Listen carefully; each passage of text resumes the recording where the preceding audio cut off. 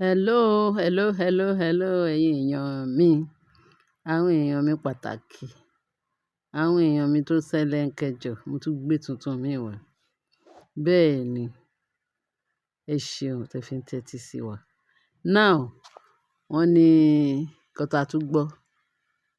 Gbogbo ẹ̀ folk, ó kún yẹ̀yẹ̀, ó pọ̀ rẹpẹtẹ níbi tá tí ń mú gbogbo ẹ̀ jáde.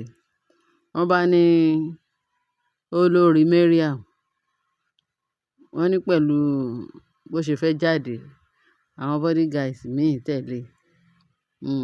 Wọ́n ní bó ṣe fẹ́ jáde, bó ṣe jáde sí gate. Wọ́n láṣẹ ìyá ẹ ti ń dúró dè lẹ́yìn gate. Wọ́n ṣe ní kí wọ́n fẹ́ jáde báyìí pé wọ́n pàdé àwọn egungun. Bí egungun ṣe wá dènà, ẹ ṣá mọ̀ báwọn egungun yẹn ṣe wọ́n máa ń disturb mọ́tò tó bá ń lọ. Wọ́n máa ní kí wọ́n dúró. Nígbà tí wọ́n bá ti dúró síwájú ẹ̀, tó ti wà níwájú mọ́tò, ṣé o ṣá lè fi mọ́tò já wọn bó ṣe dúró nìyẹn. Wọ́n ṣá ni bí wọ́n ṣe bẹ̀rẹ̀ sí í ṣá mọ̀ bó ṣe ń ṣe. Wọ́n ní kí wọ́n bọ́lẹ̀ pé kí wọ́n wá fún wọn ní nǹkan. Wọ́n ní bó tí ẹ ṣe pé ní kí wọ́n fún wọn ní nǹkan, wọ́n ṣe bẹ̀rẹ̀ sí ní wé ẹgba mọ́ mọ́tò ni. Wọ́n ní even gan na Mariam tí ẹ̀ kọ́kọ́ mọ̀ pé bóyá wọ́n fẹ́ pé òun gan wọ́n fẹ́ ìtorí ẹ̀ tó dènà dé mọ́tò. Pé wọ́n kàn ṣe ṣílẹ̀kùn. Àwọn bodyguard gbogbo wọn náà bọ́lẹ̀. Kí ló dé dé? Wọ́n ní egungun yẹn ní láhùn kúrò níwájú mọ́tò. Wọ́n ní before you know it, àwọn kan ti kọjá sẹ́gbẹ̀ẹ́ lọ́hùn, àwọn kan wà níwájú. Ṣé ẹ mọ̀ wípé mọ́tò ṣá lè lọ drive pẹ̀lú with force láti tẹ eégún mọ́lẹ̀. Wọ́n ṣe bọ́lẹ̀ ni. Bí bọ́lẹ̀ àwọn bodyguard yẹn bọ́lẹ̀ báyìí, wọ́n bìlà ni. Pé wọ́n ní wọ́n fọwọ́ kan àwọn bodyguard. Wọ́n ní Naomi ọmọ mi rẹpẹtẹ, ọmọ mi àtàtà. Ọmọ mi tó ń ṣẹ́ ogun láàárọ̀ lọ́sàn-án lálẹ́, tọ́lọ́run bá ṣẹ́ ogun ẹ̀. Ọmọ alálàáfíà. Mariam ni mo fẹ́ sọ o. Wọ́n ní bó ṣe bẹ̀rẹ̀ sí ní fi Mariam lẹ́gba nìyẹn. Ẹ kúkú mọ eégún náà. Wọ́n náà fún lẹ́gba pẹ̀lú bó ṣe ferege.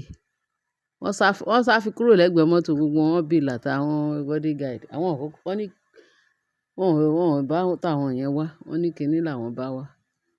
Àṣé wọ́n ní spiritual cane.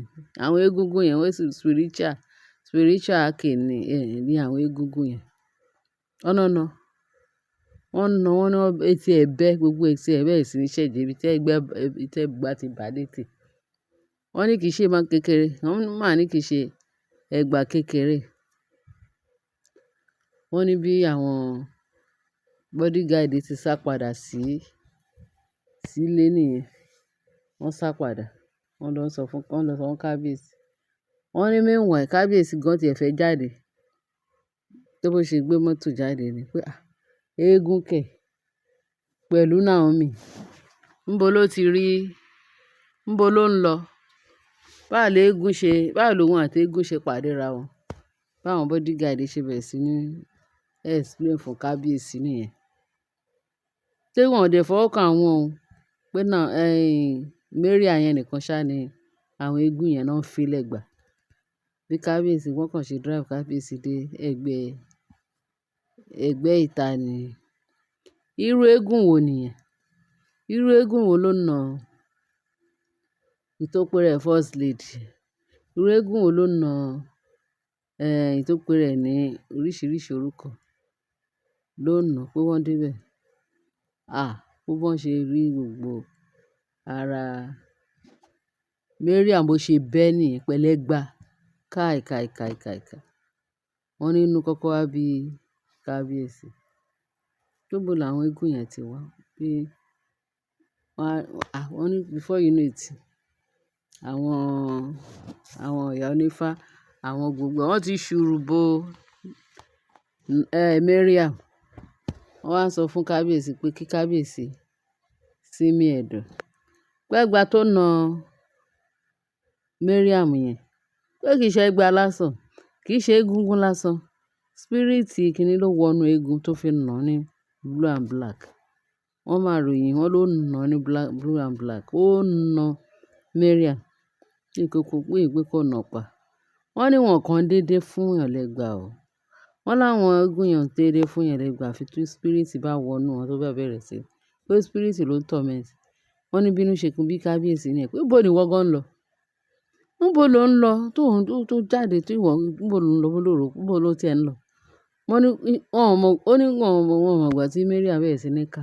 Òun lọ sí Royal Mansion ni. Níbo ní l'Ékòó? Royal Mansion tóun gangan tí ó múra pé òun fẹ́ lọ. Àṣé bẹ́ẹ̀ ni kábíyèsí ń lọ. Kí ló ń lọ ṣe ní Royal Mansion? Wọ́n ní ṣe ló wá ń wò papọ̀. Ó tán àbùkù. Àṣé bad motive, wọ́n ní bad motive tó fẹ́ lọ ṣe ní Royal Mansion. Òun ló bẹ̀rẹ̀ sí ní jẹ èrè ẹ̀ náà. Wọ́n ní àwọn eégún yẹn ò dédé fún èèyàn lẹ́gba tó wọ́n ti rí nǹkan tó fẹ́ lọ ṣe. Ìkà tó wà nínú ẹ̀, òun ni. Wọ́n nà ó. Wọ́n nà padà sílé ni. Wọ́n ní pẹ̀lú bó ṣe ti sọ wípé òun lọ sí Royal Mansion l'Ékòó. Wọ́n ní bí kábíyèsí kan drive off ni. Ó di lóru ló ń yá mi. Àṣé ó fẹ́ lọ bá bó ṣe wá pe bóyá pé Naomi. Wọ́n ní kábíyèsí pé Naomi pé níbo lo wà? Ó lóun wà nílé ní Royal Mansion pé òun ń bọ̀. Ó mọ nǹkan tó ń ṣẹlẹ̀. Pé eégún máa fẹ́ na Mariam pa. Pé àṣé ó ń bọ̀ ní Royal Mansion l'Ékòó. Wọ́n ní bí Naomi kan ṣe kúnlẹ̀ ẹsẹ̀ méjì ni. Tó bẹ̀rẹ̀ sí ní dúpẹ́ lọ́dọ̀ Ọlọ́run. Tí Naomi bẹ̀rẹ̀ sí ní dúpẹ́ lọ́dọ̀ Ọlọ́run pé Olúwa ṣe o. Ó lóun gan lálàá náà. Òun ti lálàá pé eégún gan pé bó ṣe ń sáré bọ̀ tó ń sáré bọ̀ tó ń sáré bọ̀ tó ń sáré. Òun náà ń ferege. Òun ferege pé but thank God pé eégún yẹn ò bá òun. Pé àṣé pé òun kàn defeat eégún ni. Pé àṣé ẹni tó máa fara ká ṣámú ni Mariam. Ọlọ́run ṣe o. Ọlọ́run ti mú. Wọ́n ní bí kábíyèsí ṣe bínú lọ sí Royal Mansion ni ẹ̀. Tó bẹ̀rẹ̀ sí ní dúpẹ́ lọ́dọ̀ Ọlọ́run. Ṣé ẹ̀ ń rí aṣebi? Aṣebi ó gbọdọ̀ rí ibi ni. Nǹkan tójú aṣebi ń rí kò ṣe é kó. Wọ́n ní délé sọ. Bẹ̀tí tí Sátánì bá ti sọ wípé èèyàn máa jẹ, tó ti deposit ìyà sí èèyàn lára, ó di dandan ó máa jẹ ìyà yẹn. Tó ti mọ̀ wípé àníṣe gbogbo àwọn oníṣẹ́ ibi, òun máa discipline wọn because òun náà kò ní nǹkan, Sátánì ò ní nǹkan rẹ̀ lọ́wọ́. Ó ń wá gbogbo àwọn tó ń ṣe ibi láti fi ìyà jẹ wọ́n. Ó dẹ̀ ń fún wọn ní ìyà yẹn lójú páálí. Ẹ̀yin èèyàn mi, nǹkan tí mo ní kí n wá sọ fún yín, gbéborùn ta tún rí nìyẹn. A tún máa gbé borùn ayọ̀ wá fún wa. Gbé borùn ìṣẹ́gun. Gbé borùn tó jẹ́ pé tí a bá gbọ́ báyìí, a máa ká hallelujah rẹ̀. Ẹ ṣé gan ẹ̀yin èèyàn mi, ẹ bá mi share, kí ẹ bá mi like, kí ẹ dẹ̀ bá mi subscribe. Ẹ ṣé gan, Ọlọ́run á dúró tì wá o. A ní dáràn, a ní rárín fẹsẹ̀ sí. Ní orúkọ Jésù Kristi Olúwa wa. Amen.